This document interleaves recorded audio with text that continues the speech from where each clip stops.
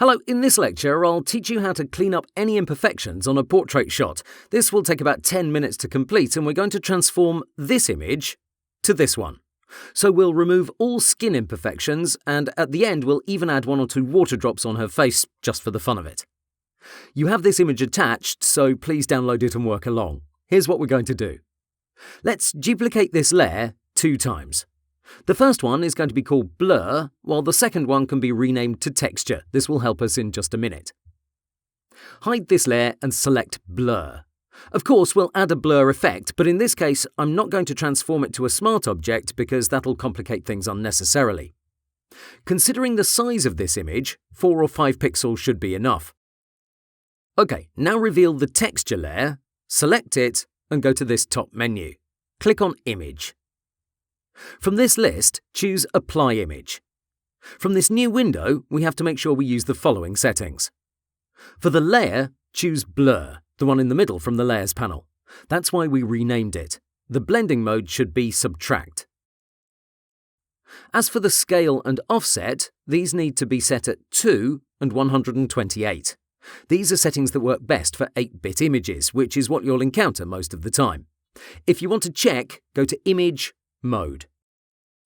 From here, you can see this is set at 8 bits, and these particular values seem to work best.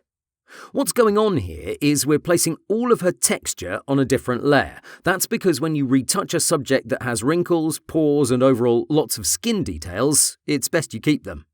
Sometimes you might want a Barbie doll look, but for a more realistic approach, I recommend you try this technique that will preserve all those details. Just in case you're working on a 16-bit image, you'll have to change the blend mode to Add, set the offset at 0, and the scale value should be set at 2. You'll have a cheat sheet attached with all the steps and settings. Right, next we'll have to change our blending mode for this layer because we can't see what's going on. Click here and from this list, choose Linear Light. This seems like it's hiding the layer, but in fact, we're just keeping her skin texture. Switch to the Blur layer, and now we'll grab the pen tool. Here's what we're going to do. We'll divide her face into several regions and we'll apply another blur to each part. Make sure you have it set to Path from the top right. Here's how the process is going to go.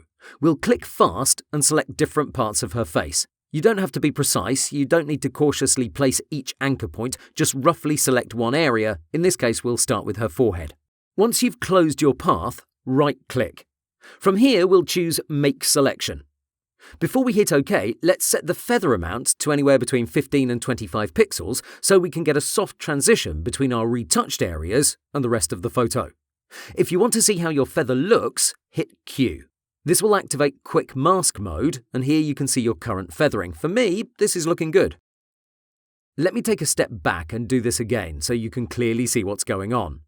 I'll start from this left region and work my way around her forehead. My advice is you keep a steady pace and don't concentrate too much on creating a pixel-perfect selection. Here I can click close to her eyebrows because the selection is going to contract due to my feathering. Just in case you get some of her hair, that won't be a big deal since our texture is placed on a different layer. Once you've finished your path and you've clicked on your initial point to close it off, right-click and create a selection. Set the feather radius to 20 pixels. Now go to Filter, Blur. From here, we'll choose Gaussian Blur yet again, but we'll crank up the value to about 10 or 15. This is what I'd regularly use, and I can toggle this filter's visibility by using this checkbox.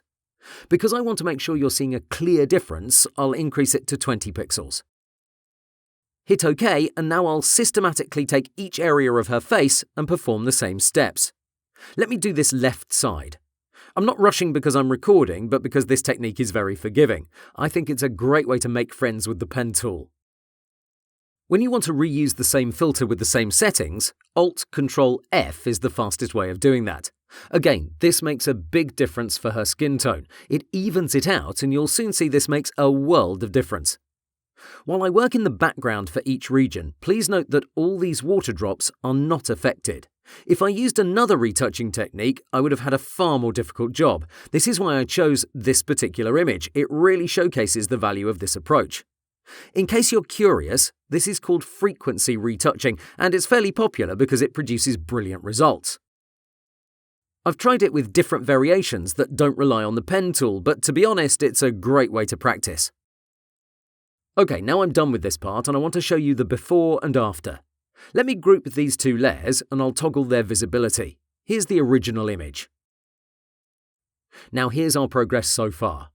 I think this makes a world of difference and it works on all sorts of skin issues, so feel free to try it out on all sorts of pimples, blemishes, acne and so on. Now for the second part of our activity. I'll tackle her skin texture.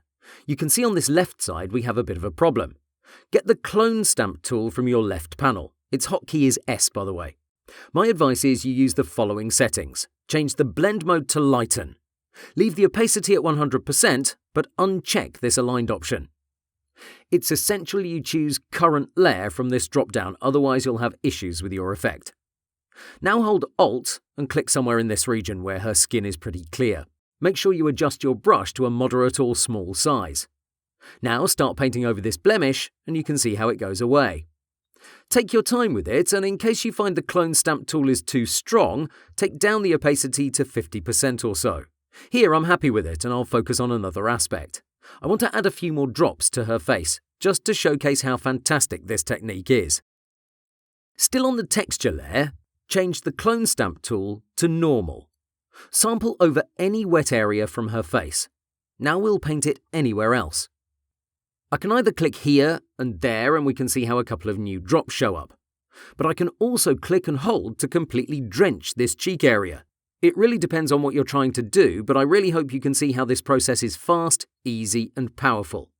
And that wraps it up. Try it out on some of your own photos and see how they do. I think you might fall in love with this technique. Have fun!